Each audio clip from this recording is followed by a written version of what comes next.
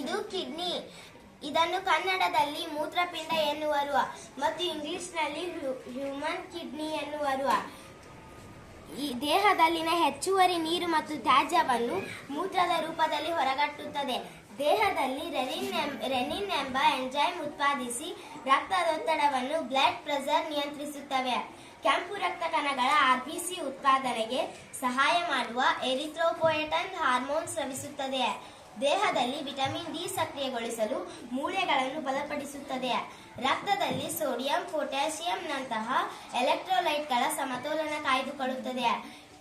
ಕಿಡ್ನಿಯು ನಮ್ಮ ಒಂದು ಮುಷ್ಟಿಯ ಗಾತ್ರವನ್ನು ಹೊಂದಿರುತ್ತದೆ. ಇದು ಈ ಕಿಡ್ನಿಯ ಕಾರ್ಯ. Thank you sir. ಮಾನವನ ಮೆದುಳು ನಮ್ಮ ತಲೆಯ ಭಾಗದಲ್ಲಿ ಇರುತ್ತದೆ.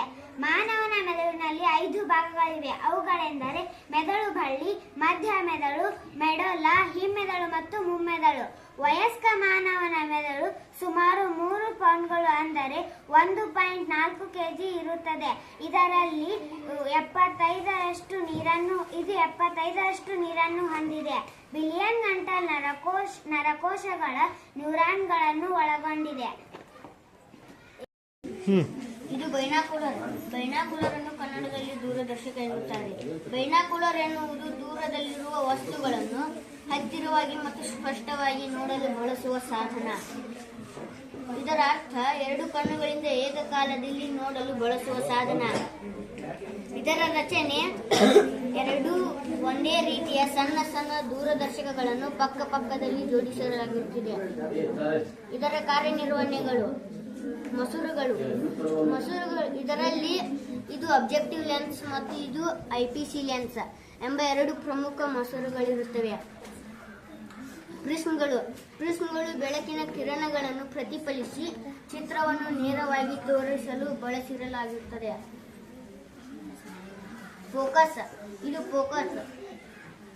ವಸ್ತುವಿನ ದೂರಕ್ಕೆ ತಕ್ಕಂತೆ ವಸ್ತುವನ್ನು ಸ್ಪಷ್ಟಪಡಿಸಲು ಫೋಕಸ್ ಚಕ್ರವಿರುತ್ತದೆ ಮತ್ತು ಇದನ್ನು 1853ರಲ್ಲಿ ಕಂಡುಹಿಡಿಯಲಾಗಿದೆ.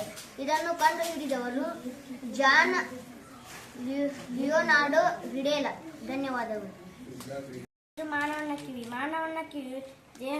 ಮಾನವನ ಕಿವಿ ಕೇಳಿಸಿಕೊಳ್ಳಲು ಮತ್ತು ದೇಹದ ಸಮತೋಲನ ಕಾಪಾಡಲು ಸಹಾಯ ಮಾಡುವ ಪ್ರಮುಖ ಅಂಗ. ಇದು ಹೊರ ಕಿವಿ, ಒಳ ಕಿವಿ ಮತ್ತು ಮಧ್ಯ ಕಿವಿ ಎಂಬ 3 ಮುಖ್ಯ ಭಾಗಗಳನ್ನು ಹೊಂದಿದೆ. ಕಿವಿಯ 3 ಭಾಗಗಳು: ಹೊರ ಕಿವಿ, ಇದಕ್ಕೆ ಇಂಗ್ಲಿಷ್ನಲ್ಲಿ ಔಟರ್ ಇಯರ್ ಎನ್ನುವರು, ಪಿನ್ನ ಮತ್ತು ಶ್ರವಣ ನಾಳವನ್ನು ಹೊಂದಿದೆ. ಶಬ್ದದ ಅಲೆಗಳನ್ನು ಒಟ್ಟುಗೂಡಿಸಿ ಒಳಗೆ ಕಳುಹಿಸುತ್ತದೆ. ಉತ್ಪಾದನಾ ಯಂತ್ರ. ನದಿಗಳಿಗೆ ಅಡ್ಡಲಾಗಿ ಅಣೆಕಟ್ಟುಗಳನ್ನು ಕಟ್ಟಿ ವಿದ್ಯುತ್ ಉತ್ಪಾದಿಸುವುದನ್ನು ನಾವು ಕೇಳಿದ್ದೇವೆ. ಇದು ಅದರ ಮಾದರಿಯಾಗಿದೆ. ಈ ಪೈಪ್ನ ಮೂಲಕ ನೀರನ್ನು ಬಿಟ್ಟಾಗ ಕೆಳಗಿನ ಚಕ್ರವು ತಿರುಗಿ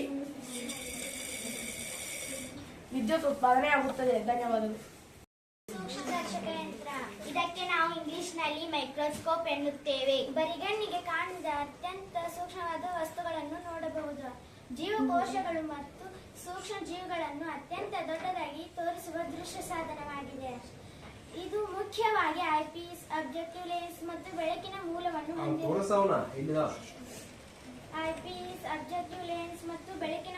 ಹೊಂದಿರುತ್ತದೆ.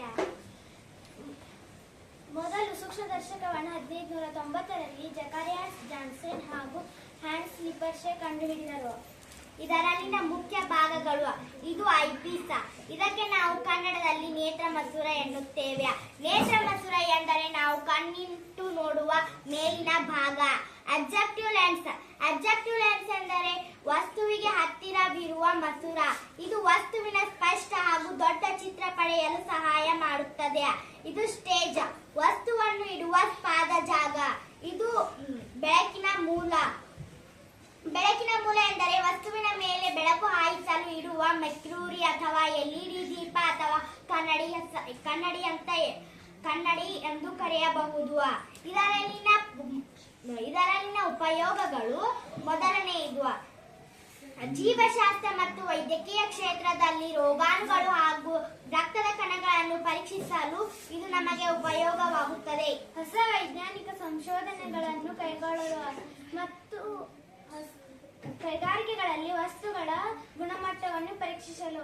ಈಗ ನಾವು ಒಂದು ಈರುಳ್ಳಿಯನ್ನು ಹೆಂಚಿ ಇಟ್ಟಿದ್ದೇವೆ. ನೀವು ಸಹ ಅದನ್ನು ಅದರಲ್ಲಿರುವ ಜೀವಕೋಶಗಳನ್ನು ನೀವು ಸಹ ಬನ್ನಿ ನೋಡಬನ್ನಿ ಸರ್. ಧನ್ಯವಾದಗಳು. ವಿಜ್ಞಾನದಲ್ಲಿ ಬೆಳಕಿನ ಪ್ರತಿಫಲನ ಮತ್ತು ವಕ್ರೀಭವನವನ್ನು ಅರ್ಥ ಮಾಡಿಕೊಳ್ಳಲು ಮಸೂರಗಳು ಮತ್ತು ದರ್ಪಣಗಳು ಇವೆರಡು ಪ್ರಮುಖ ಸಾಧನಗಳಾಗಿವೆ. ಮಸೂರಗಳು ಪಾರದರ್ಶಕವಾಗಿದ್ದು ಬೆಳಕನ್ನು ತನ್ನ ಮೂಲಕ ಹಾಯಿಸಿ ವಕ್ರೀಭವನಗೊಳಿಸುತ್ತವೆ. ಇವುಗಳಿಗೆ ಎರಡು ವಕ್ರ ಮೇಲ್ಮೈಗಳಿರುತ್ತವೆ. ಅವುಗಳು ಪೀನ ಮಸೂರ ಮತ್ತು ನಿಮ್ನ ಮಸೂರ. ಪೀನ ಮಸೂರ ಇದಕ್ಕೆ ಇಂಗ್ಲಿಷ್ನಲ್ಲಿ ಕನ್ವೆಕ್ಸ್ ಲೆನ್ಸ್ ಎನ್ನುತ್ತಾರೆ. ಇದು ಮಧ್ಯದಲ್ಲಿ ದಪ್ಪಗಿದ್ದು ಅಂಚುಗಳಲ್ಲಿ ತೆಳ್ಳಗಿರುತ್ತದೆ. ಇದರ ಮೂಲಕ ಹಾದು ಹೋಗುವ ಬೆಳಕಿನ ಕಿರಣಗಳು ಒಂದು ಬಿಂದುವಿನಲ್ಲಿ ಕೇಂದ್ರೀಕೃತಗೊಳ್ಳುತ್ತವೆ. ಇದನ್ನು ಭೂತ ಕನ್ನಡಿ ದೂರದೃಷ್ಟಿ ದೋಷಗಳಲ್ಲಿ ಬಳಸಲಾಗುತ್ತದೆ. ಇದು ನಿಮ್ನ ಮಸೂರ ಇದಕ್ಕೆ ಇಂಗ್ಲಿಷ್ನಲ್ಲಿ ಕನ್ಸೇವ್ ಲೆನ್ಸ್ ಎನ್ನುತ್ತಾರೆ. ಇದು ಮಧ್ಯದಲ್ಲಿ ತೆಳ್ಳಗಿದ್ದು ಅಂಚುಗಳಲ್ಲಿ ದಪ್ಪಗಿರುತ್ತದೆ. ಇದು ಬೆಳಕಿನ ಕಿರಣಗಳು ಹೊರಗಡೆ ಸಿದ್ಧಗೊಳಿಸುತ್ತದೆ. ಅಪಸರಣ ಮಸೂರ ಇದನ್ನು ಹತ್ತಿರ ದೃಷ್ಟಿ ದೋಷಗಳಲ್ಲಿ ಬಳಸಲಾಗುತ್ತದೆ. ದರ್ಪಣಗಳು ಬೆಳಕನ್ನು ಪ್ರತಿಫಲಿಸುತ್ತವೆ. ಇವುಗಳ ಒಂದು ಬದಿಗೆ ಬೆಳ್ಳಿಯ ಲೇಪನವಿರುತ್ತದೆ. ಸಮತಲ ದರ್ಪಣ ನಮ್ಮ ಮನೆಯಲ್ಲಿರುವ ಎಲ್ಲಾ ಕನ್ನಡಿಗಳು ಸಮತಲ ದರ್ಪಣ. ಇದು ಪೀನ ದರ್ಪಣ.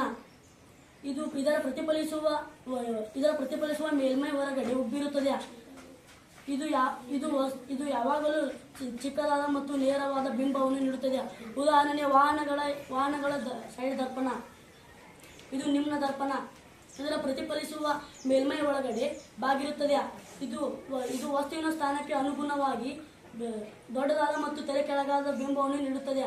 ಉದಾಹರಣೆ ದಂತ ವೈದ್ಯರ ಕನ್ನಡಿ ಮತ್ತು ವಾಹನಗಳ ಹೆಡ್ಲೈಟ್. ಧನ್ಯವಾದಗಳು.